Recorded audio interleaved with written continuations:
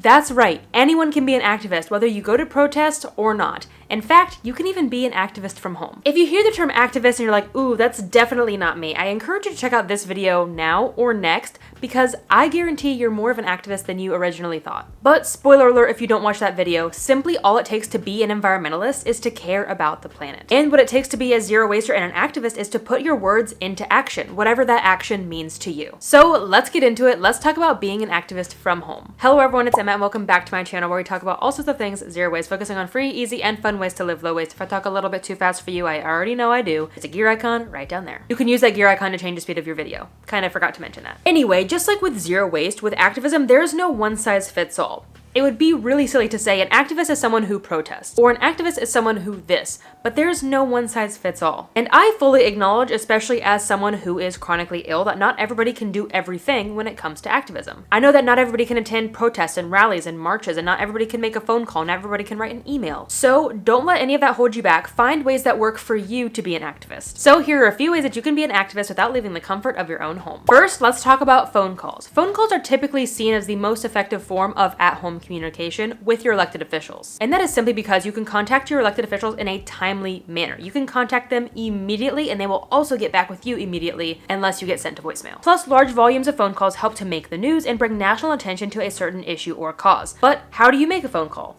Try the 5Calls app. Just to be clear, this video is not sponsored by any of these apps and programs that I'm going to be talking about, but I do want to show you how 5Calls works. So here's what it looks like. All you need to do when you'd first download the app is to enter your zip code, and that is it. It will then provide you with your 3 representatives, their phone numbers, and also a script for every single one of these topics that you can call about. And having the script helps alleviate some of that stress and anxiety of being like, oh shoot, what do I say? My brain is empty because I'm talking to somebody on the phone. And if you don't want to talk to somebody on the phone in person, call after hours and you can get voicemail instead. Unless you're like me and you live in California and your senators often have voicemails that are full, in which case I recommend you call on Monday mornings before their voicemails fill up. Also, just something to know here, you're not actually going to be speaking to your senator, speaking to your House representative, you're going to be speaking to an aide. This app makes it very easy to call daily about several different issues, not just environmental, because guess what? All of these human justice issues are all connected to climate change and environmentalism, and you can learn more in this video. So you can use this app to show that you care about all of these different issues. And just to show you how easy and quick it is, I'm gonna show you in real time calling my representatives. Yeah, I just saw on TikTok that the tariffs on China are going up to like 104% today. You guys watching this will know the outcome of that, but me right now, I don't know the outcome of that. So I'm going to click this first one that says, "Demand Congress stop Trump's tariffs and reclaim trade authority." When you first click on an issue, it gives you some background on the issue, and also all of these blue ones are links where you can learn more. It then gives you your representative, it gives you your script, it gives you your first person. So then you click the phone number, which should open your call app. Office of Congressman Huffman, how can I help you? Hello, I'd just like to leave a message for Representative Huffman. Yeah, I'm happy to take that message. Perfect. And I'm calling to demand that Representative Jared Huffman support bipartisan legislation like the Trade Review Act of 2025 to reclaim Congress's authority over the U.S. trade policy and block Trump's destructive and nonsensical tariffs. They are definitely becoming quite concerning, and I just wanted to give that concern to Representative Huffman. Thank you. Have a good day. You too. Bye. Hooray. And I got a person. I usually do with my local representative because I'm in a really small district. So then there's a little survey here at the end where you can click how you actually made contact, and then it'll switch me over to my next person. I usually get voicemail with my senators, so we'll see. Hi, it's Senator Adam Schiff from the great state of California. Hang up or press pound for more options. Hello, my name is Emma. I'm calling to demand that Senator Adam Schiff support bipartisan legislation like the Trade Review Act of 2025, block Trump's destructive tariffs. They are becoming quite concerning, and I, as a constituent and also just a citizen of the United States, am becoming very concerned with these tariffs, and I hope that you support any efforts to stop these before anything gets worse. Thank you so much for your time and consideration. So we'll click left voicemail on that one. We'll move on to number 3. Hello, this is Senator Alex Padilla. I appreciate you taking the time to reach out to my office. If you'd like to leave a message, please do so after the tone. Hello, my name is Emma. I am calling to demand that Senator Alex Padilla support bipartisan legislation like the Trade Review Act of 2025 as a constituent of yours and also a concerned citizen of the United States. Hope that you do any efforts to stop these before it gets worse. Thank you for your time and consideration. Sometimes it goes like that, where even though there's a script right in front of my face, I'm still gonna stutter. I'm still gonna sound a little silly. It took me 5 minutes. I'm looking at the timer right now. It took me 5 minutes to make 3 phone calls. Click done, check mark, and then it also typically gives you a link to share with friends and family. If you stutter, if you stumble, It's okay. Nobody's here to judge you. They are here to take down your key message, pass it on to the senator, pass it on to your reps. But that's literally how easy this app is. Yeah, and just keep working through all of those different topics. Maybe phone calls aren't your speed. Try emails instead. There are two ways to do this. One is a little bit easier, one is a little bit more time consuming. As you probably heard on those voicemails from my senators, they have a comment form on their website. So you can look up your representatives, you can look up your senator. Once you contact them enough, you'll remember their names. So I will look up Senator Alex Padilla on Google and it will take me to a comment form like this where I can type in an email there. Same with Senator Adam Schiff and same with my representative. I can go type in a comment form and email on all of their websites. The great part here is you can, once you type one of them, you can copy paste it and send it to your other two representatives because it doesn't really matter if it's copy paste. Something though to note, just like I did with the 5 Calls app, if you are reading off of a script or you are copy and pasting a script like from someone else, make sure to tweak it a little bit to be your own words, because I have gotten note from some people on TikTok on my other videos about activism being like, yeah, actually, once they realized I was reading a script, they didn't want to listen to me, which is not okay. First off, it doesn't matter if you read off a script or not. Just to hopefully prevent that a little further, let's change our scripts just ever so slightly. Add a little bit of your thoughts and feelings, like personal thoughts and feelings. Change the wording here and there to make it sound more natural to you. So you can still use the script, but tweak it ever so slightly so that way that they don't actually recognize that this is a script and they actually take your call. Which again, they should take everyone's call, no matter if they're reading a script or not. But let's say that your representatives don't have a contact form. You can head to congress.gov to find all 3 of your representatives, I believe also with just your zip code entered into congress.gov. Congress.gov is also great for you to look up issues and bills that are being voted on. If you don't know what you want to write about, you can look up, any sort of legislation that's being talked about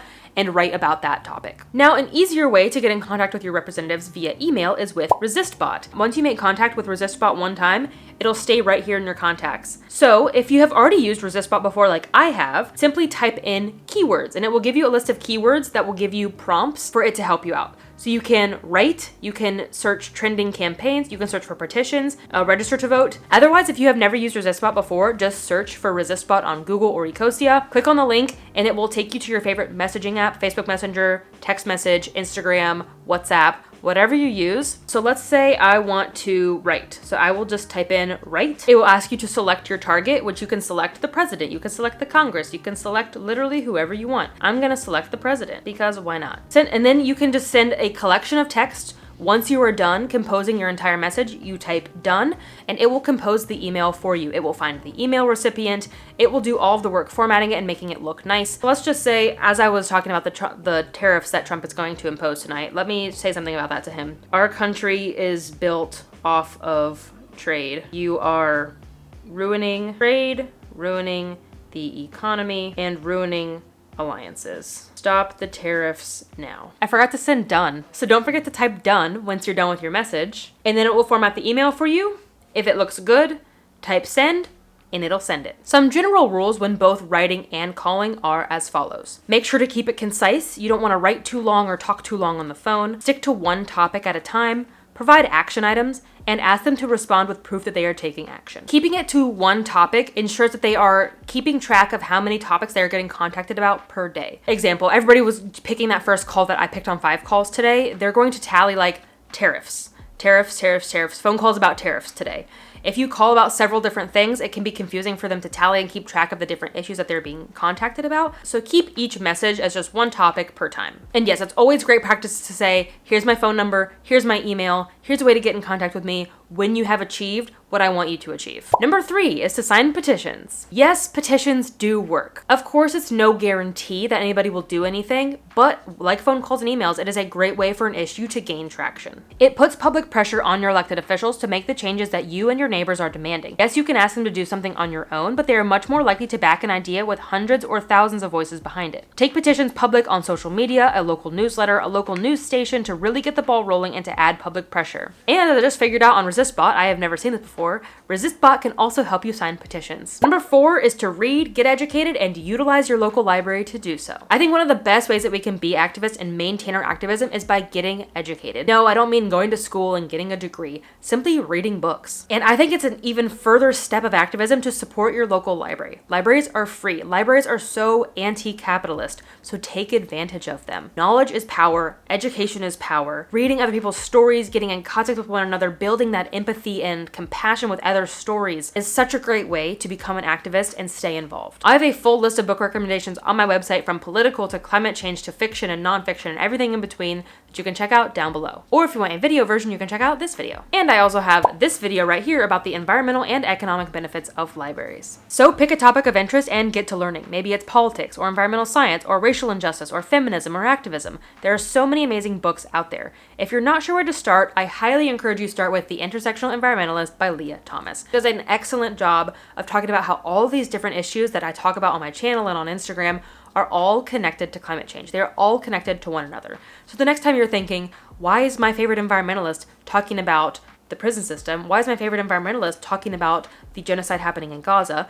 That's why. It all comes back to climate change. Climate justice and human justice are inextricably linked, and she does a great job outlining it in that book, and I think her book is an excellent point to start if you are new to activism and new to nonfiction as well. And if you're into books, I also host an eco book club where we read similar books on these topics, 1 book per month, and you can join for just $1 a month on Patreon or YouTube memberships. Something very, very helpful that you can do as a consumer of content is to boost content that you agree with. This is a super easy way to support online activists who are making content and doing the groundwork, especially their free content. So what does this look like? Yes, views matter, but also other engagement matters more. Liking the video, leaving a comment, a meaningful comment too. Yes, like hearts and emojis are great, but leave a comment that poses a question. Leave a comment that is several words long. And other sorts of engagement like sharing to your story, copying the link, sending it to somebody in a message, sharing it outside of the app to a different app. Talking about your favorite activist in your real life. Like if you're part of some sort of grassroots organizations, if you're part of student activism, mention these activists that people can follow to get more information online. No, I'm not just saying that because I want to get more views and engagement myself. There are plenty of people out there doing better activism than I am. And I've said this from the beginning. I don't talk about these topics and I don't ask people to support my content because I want views. I ask people to support my content because I believe that this message truly matters and I want to get it out to more people.